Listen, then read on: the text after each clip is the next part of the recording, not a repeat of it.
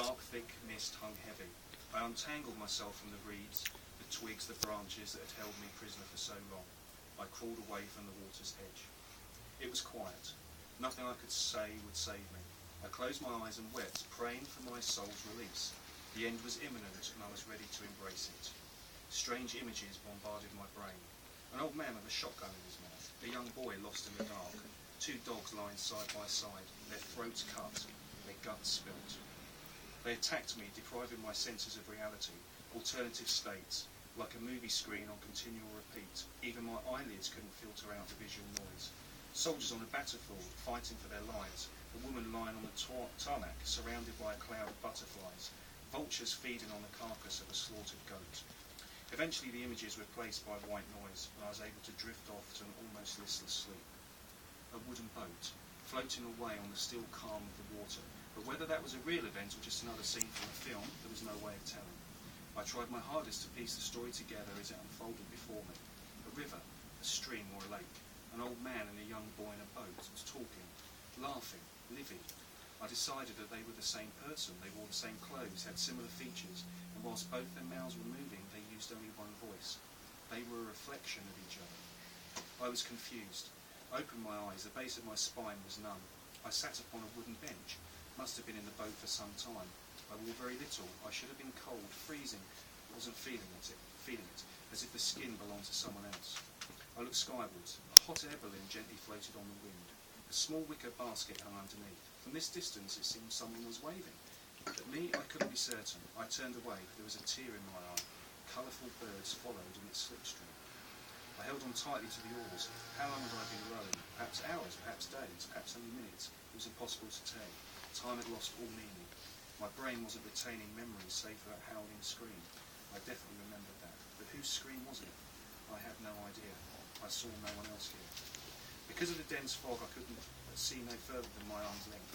I laid the oars down, allowing the current to guide me. My face was wet, soaking. I thought it was only sweat or vapour from the water, but no, it was blood. I felt my head, my neck, my scalp. No visible cuts, no wounds. But where was it coming from? Agony shot up my spine into my neck. I jumped up, kicked out my legs, tried to get some life back into them. The boat slowed to a stop, softly colliding with something. We must have hit the other side of the bank.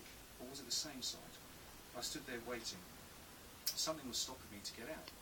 The birds had now settled back into the branches. I felt the cold. It was biting into my skin, my exposed flesh. I pulled up the collar of my shirt. It didn't make much difference.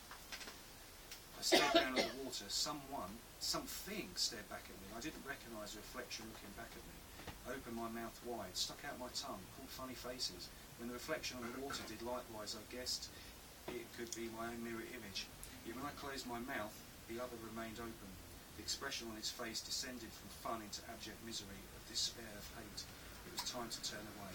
I'd seen enough. The mist began to dissipate. It was only a short jump to land. I leapt from the boat, landed in a heap on the grassy bank. I made a grab for a branch of support to stop me slipping back into the water. My heart was beating madly. I took several deep, shallow breaths. I was a long, long way from home. I suddenly believed the best thing to do was get back into that boat and get the hell out of here. But the momentum of my jump had pushed it out into the water, and there it went, sailing away, guided by invisible hands. I brushed the leaves, the dirt, the mud, the grass from my clothes, and whilst I had no idea where I was, I decided to take the eastern path, following the line of the bank. For luck, or maybe even for protection, I picked up a large stick to help me through the thickening bush. The stick was heavy, and whilst I was unsure why I would need it in combat, I was happy to hold it. I'd walked only a few paces when I paused. At first I thought it was the wind, but no, I could hear the sound of a musical instrument, an accordion to be precise. It was light, fluttering on the breeze like the wings of a butterfly, but no sooner had I become aware of it than it ceased. Sunlight filtered through the leaves, the branches, the hairs on my arms stood up. My skin felt alive, electric. Strange, something was hanging on a tree, a coat. My coat, I don't remember ever owning it. I wrapped it around my shoulders like a cloak. There was that music again, definitely an accordion and possibly a violin. The mist from the water was following me as if it was erasing my journey. What I had been before. I had nowhere to go but forward. The past really was another country. The material around my shoulders felt like claws digging into me. Frowning, I tossed the coat to the ground. It wasn't mine. How could it have been mine? It was a woman's coat. The aroma of his strangest perfume was on me, in my nostrils. It wasn't just from that coat though, it was everywhere. It was the only scent in the air. It was overpowering. I looked over. Something in the bush, something that shouldn't have been there, something out of place. Definitely been there for a long time. Metal, rusted, broken. Glass littered the ground underneath. A car, an old Peugeot, ancient. Something dripped onto my face. I touched my skin. It was red. Blood. I didn't expect that. I couldn't see where it was coming from. I wanted to call, to shout, to see if anyone if someone needed help, but a pain in the centre of my forehead stopped me, blinding me in agony. If there was anyone up there in that car, then surely they were dead already, long gone, crumbled bones, skin parched as vellum. The air around me changed dramatically. Vicious, nasty. It was time to move. One foot in front of the other, slow, legs heavy, then quicker, quicker. A fast walk, a slow run, a quick run, a sprint, a marathon at breakneck speed. Thorns reached out to scratch, to dig, to hurt, to grab, to call me back through into the rough embrace of the bush. There I could see faces, demons and devils, creatures that meant me harm. I tried to ignore their silent screams, blanked my mind and prayed. Who was I praying to? I had no idea. I didn't have that perspective. The only path to salvation was the ground beneath my feet. I had to be quick. The mist was chasing me, trying its damnedest to wrap itself around me to tear me into pieces. A house, a farmhouse, somewhere in the country. Rough plains surrounded it. How long had I been standing there staring at it? I had no idea. I didn't even know what time of day it was. Shutters closed, covering the windows like eyelids. Desolate, lifeless. The gravel beneath my feet dug into my soles, between my toes. My shoes and socks were in my hands. I headed towards the front door, a large wooden entrance, a mouth ready to feast. Something stopped me going inside. Something meant me harm. I decided to try the rear of the house. There was a small garden strip full of planted vegetables. I leant down, pulled up a bunch of leaves. It was a small potato. It looked like a face crying out in agony, but I knew that was just my imagination. It crumbled to dust between my fingers. The window had been broken, glass littered the garden. It glittered like gold in the sunlight. Terrific pain in my foot. I dropped my shoes and looked. A shard of glass was sticking in the underside of my toe. I winced as I tried to gently wriggle it free. Not that that did any good. I took a deep breath and with all my might yanked it out. Blood spurted, but only for a few moments. I felt sick, nauseous. My fingers covered in the red stuff. I threw the glass out of harm's way, tried to put my foot down, but it smarted so damn much. With great difficulty, I headed over to a small water fountain where a paper boat gently floated into the top of the surface. From inside the house, I could hear music, laughter, the raised voice, people talking. I breathed deeply, that perfume again. I looked up at the window, a face staring down at me. Was it screaming? I raised my hand to wave. The reflection did likewise. "Who are you?" I mouthed, closing my eyes. My heart was heavy. When I opened them, probably only a matter of seconds later, I felt that I had aged years. I wasn't outside anymore. I was the face behind the glass. I looked down at the fountain and mouthed at the young man standing there looking up. "Who are you?" The man didn't move, just stood there staring back. I turned around. There was a child's dollhouse sitting by a lit fire. I went over, bent down to study it more closely, let the flames gently caress my face. It was a farmhouse. The windows were shuttered closed. I felt compelled to pull open one of them and peer inside. A small tin soldier stood there just behind the window. The detail was amazing. He wore a drum around his neck, held sticks in his hand. I leant in, pulled him out and stuck him in my pocket, blew the dust from my clothes. I now had a drum hanging around my neck. It was heavy, pulling me down. I lifted it off gently, laid it on the floor next to a violin, next to an accordion, also covered in dust that had not been touched in years. What was happening here?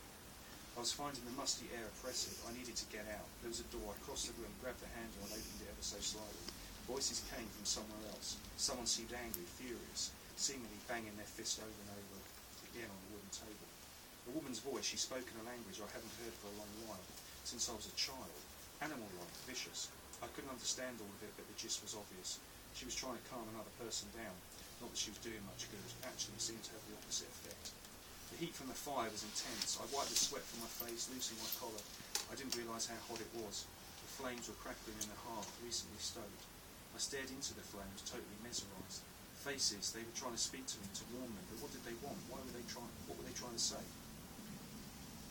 I don't know how long I've been staring like that. When I eventually did turn around, the room had altered.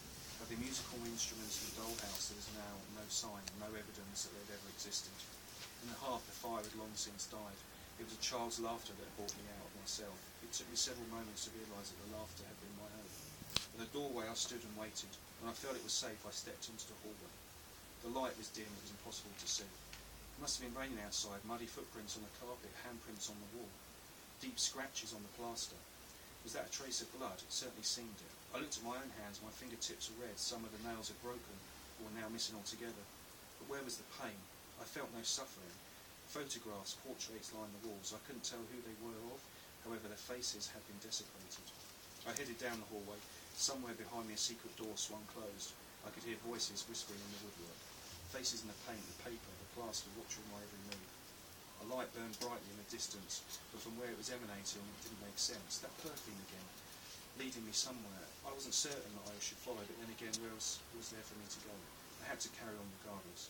I came to another door. I paused. I took a breath. The heat from the fire had long burnt out. A sense of utter dread coming from whatever was behind this door. The cold was forcing itself through the wood. No sound except for my own breathing. I pushed the door open. The light extinguished. I wasn't alone. Someone else was there. My heart raced. I wanted to scream, but I didn't. I forced myself to calm down. Who are you? I asked. No one answered, but I knew that they were there somewhere. I let my eyes adjust. Eventually I could see them lying on the floor. I asked again, who are you? Not wanting to betray my sense of panic. Still no answer. I searched my pockets, found my lighter, felt around for the table. I found a candle. After a couple of attempts, the wick was lit. I blinked several times, letting my eyes get used to that brightness. I looked down but jumped back. My hand covered my mouth. How had I not noticed the stench? Jesus Christ. 2 animals. One was dead. That was apparent, but the other seemed to be breathing, if only just. The stomach had been split. The innards spilt upon the floor, a dark red puddle seeping into the wood. It was whimpering, eyes rolling, tongue lolling from side to side. Shit and other dark fluids poured from its rear end. Limbs twitched.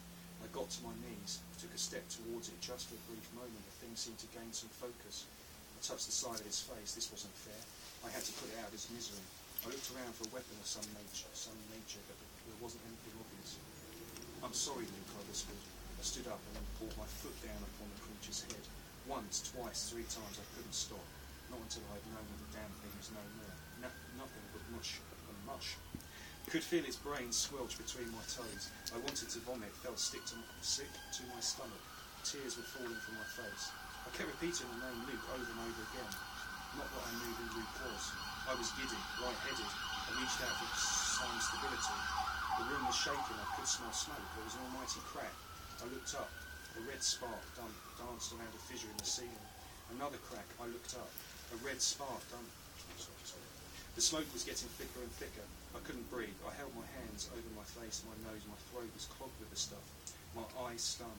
I could feel the heat. It was all around me. My legs buckled and I fell backwards. Gingerly I sat up. The world was full of butterflies. I couldn't see a damn thing. I knew there was something holding my hand. I squeezed it, and whatever it was squeezed back. Who are you? I whispered. The voice that replied could have been my own, but how could I tell? I was so confused. Distant and echo reverberated around the room. Who are you? Who are you? Who are you? Who are you? The sweat was pouring from me. The flapping of the butterfly's wings was ear-splittingly loud. I wanted to scream, but no sound came out. I tried to concentrate. There, up high, a small splinter of light shone through. It was growing bigger and bigger, threatening to drown me. I hung on tightly to whatever was holding me. I could hear a voice. It was whispering to me. It was muffled. Don't worry, I'll never let you go. A woman's voice, the strong smell of perfume. Who are you? I asked. He turned my head.